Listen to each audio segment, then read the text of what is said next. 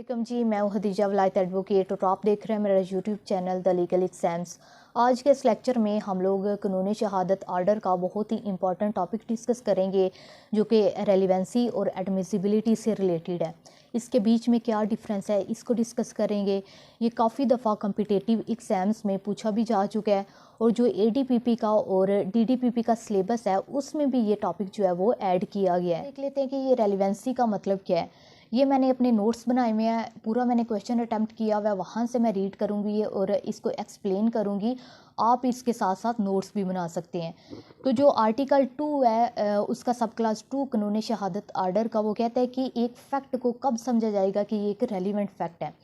तो इसमें कहा गया कि one fact is said to be relevant to another when one is connected with the other in any of the ways referred to in the provisions of the कानून Shahadat order relating to the relevancy of a fact। तो इसमें कहा गया है कि जो relevancy of fact का एक पूरा चैप्टर बताया गया है कानून शहादत आर्डर में, उस पूरे चैप्टर की जो प्रोविजंस हैं उन प्रोविजंस में अगर एक फैक्ट दूसरे फैक्ट से किसी भी तरीके से कनेक्ट हो रहा है तो तभी समझा जाएगा कि ये फैक्ट जो है वो एक रेलिवेंट फैक्ट है। अब आगे देखते हैं कि facts mentioned under article 18 to 69 of the QSO are called relevant fact. अब आगे बता दिया गया है कि जो आर्टिकल 18 से 69 तक है उन आर्टिकल्स के अंदर कोई भी फैक्ट जो होगा वो एक रेलिवेंट फैक्ट समझा जाएगा। अब इसकी एग्जांपल देख लेते हैं रेलिवेंसी ऑफ फैक्ट की। Whenever a particular event happen, there will also be certain surrounding events existed। इसमें कहा गया है कि जब भी एक पार्टिकुलर इवेंट जो है वो हैपन होता है तो उस पार्टिकुलर इवेंट के सराउंडिंग में कुछ ऐसे फैक्ट्स एग्जिस्ट कर रहे होते हैं। If these surrounding facts have a legal and logical connection with the happening और non happening of the main event. और ये जो सराउंडिंग फैक्ट्स एग्जिस्ट कर रहे हैं, अगर ये सराउंडिंग फैक्ट्स लीगली या लॉजिकली उस मेन इवेंट की हैपनिंग या नॉन हैपनिंग के साथ कनेक्ट हो रहे हों तो then such surrounding facts are called relevant fact. तो ये सराउंडिंग फैक्ट्स जो होंगे उनको रेलिवेंट फैक्ट माना जाएगा। फॉर एग्जांपल, अगर A जो है उस पर एलिगेशन लगा है कि उसने B के घर चोरी की है। अब जो A है, जब ये पुलिस इन्वेस्टिगेशन करती है तो ये चीज़ सामने आती है कि जो A है जिस पे ये एलिगेशन लगा है कि इसने B के घर चोरी की है, जिस दिन B के घर में चोरी हुई है उस दिन A को B के घर के इर्द गिर्द देखा गया और A के पास कुछ ऐसे आर्टिकल्स भी देखे गए जो हाउस ब्रेकिंग में यूज़ हो सकते हैं।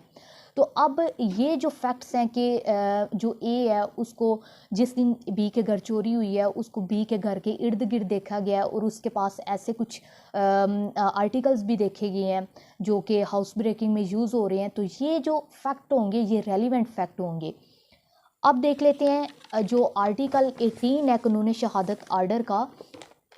इसमें कहा गया है कि एविडेंस में be given in any suit और proceeding regarding the existence or non-existence of fact in issue or and relevant fact and of no other facts।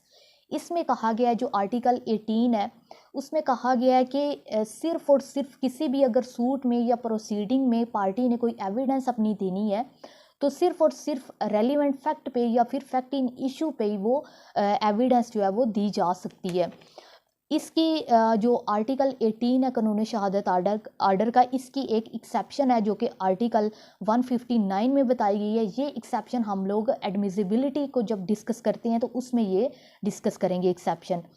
अब देख लेते हैं कि ये एडमिसिबिलिटी का क्या मतलब है। रेलिवेंसी में हम लोगों ने देख लिया कि रेलिवेंसी कौन से फैक्ट रेलिवेंट होंगे, रेलिवेंट फैक्ट की प्रोविजंस क्या हैं उसकी एग्जांपल भी हम लोगों ने देख ली। उसके बाद आर्टिकल 18 कानून शहादत आर्डर का उसको भी देख लिया। एडमिसिबिलिटी का क्या मतलब है। The term admissibility means something which is admissible in evidence. For example, all the relevant facts which are admitted by the court are called admissibility. तो कोर्ट में जब भी एक पार्टी किसी फैक्ट से रिलेटेड कोई एविडेंस देना चाहती है तो जब कोर्ट उस रेलिवेंट फैक्ट को एडमिट कर लेती है तो उसको एडमिसिबिलिटी कहते हैं। उसके बाद इसी एडमिसिबिलिटी में जो अगला आर्टिकल रेलिवेंट आर्टिकल है वो 131 कानून शहादत आर्डर है। और इस प्रोविज़न को अगर इंडियन एविडेंस एक्ट में देखा जाए तो 136 सेक्शन है इसका। इसमें कहा गया है the court has power to require the party first to prove the relevancy of fact and then allow him to give evidence.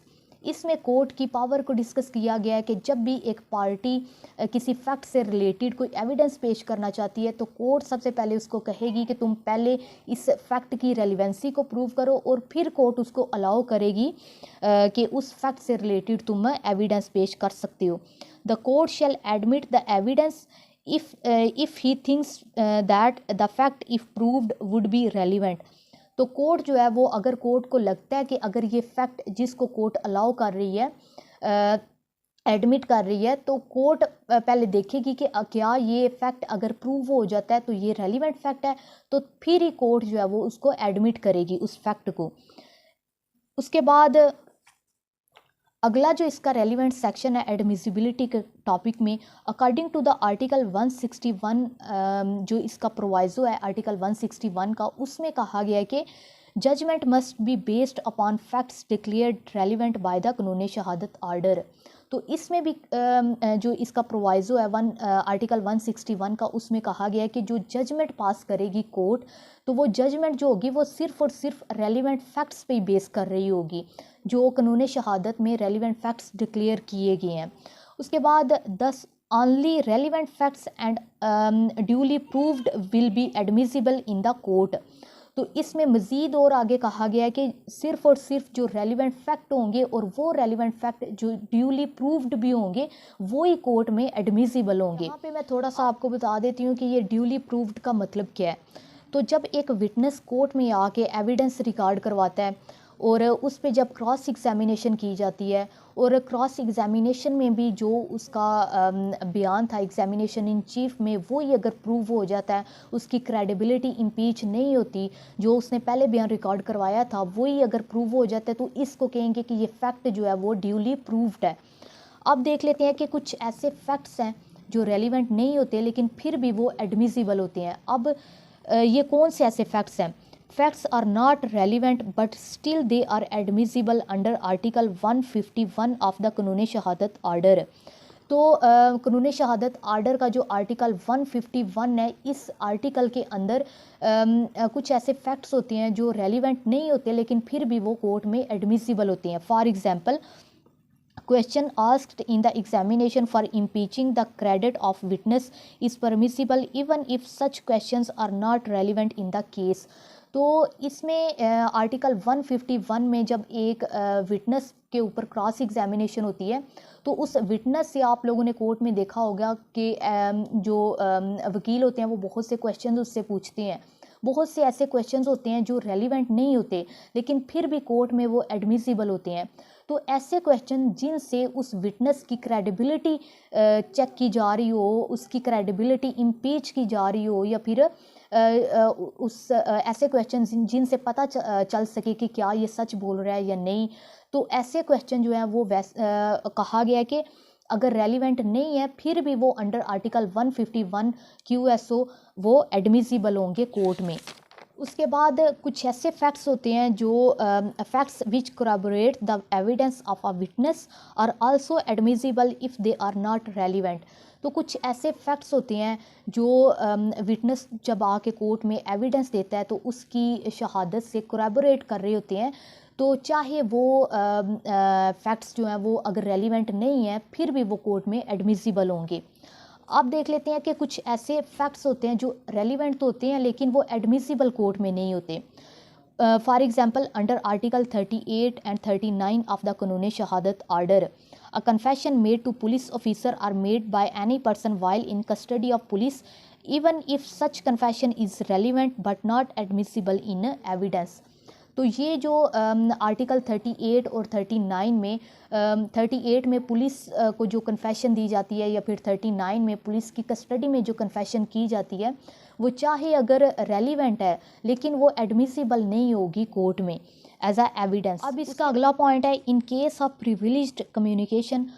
जो आर्टिकल 5 से 12 तक प्रिविलेज्ड कम्युनिकेशन की प्रोविजंस हैं उन प्रोविजंस में अगर कोई फैक्ट जो है वो रेलिवेंट है लेकिन फिर भी वो एडमिसिबल नहीं होगा कोर्ट में, कोर्ट जो है वो उसको उस फैक्ट को अलाउ नहीं करेगी पार्टी को कि पार्टी जो है उस फैक्ट से रिलेटेड कोई एविडेंस लेके आए। एडमिसिबिलिटी और रेलिवेंसी के बीच में डिफरेंस है, इसको देख लेते हैं।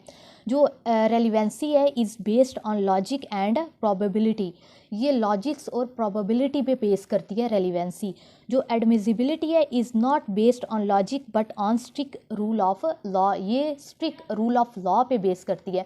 जैसे मैंने पहले बताया कि कोर्ट पहले देखेगी अगर किसी रेलिवेंट फैक्ट से किसी फैक्ट से मुतल्लिक पार्टी एविडेंस अगर पेश करना चाहती है तो कोर्ट पहले उसको कहेगी कि तुम इस फैक्ट की रेलिवेंसी प्रूव करो। उसके बाद अगर वो प्रूव कर देता है और कोर्ट को लगता है कि हाँ ये रेलिवेंट फैक्ट है तो फिर ही कोर्ट उसको अलाउ करेगी कि इस रेलिवेंट फैक्ट से मुतल्लिक कोर्ट में आके तो एविडेंस पेश करो।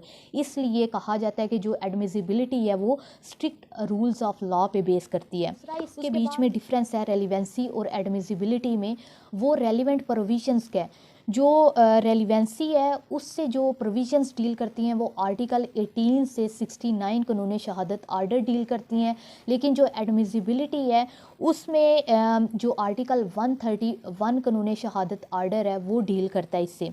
उसके बाद जो अगला डिफरेंस है इसमें, the facts which are relevant are not necessarily admissible, the fact which are admissible are necessarily relevant.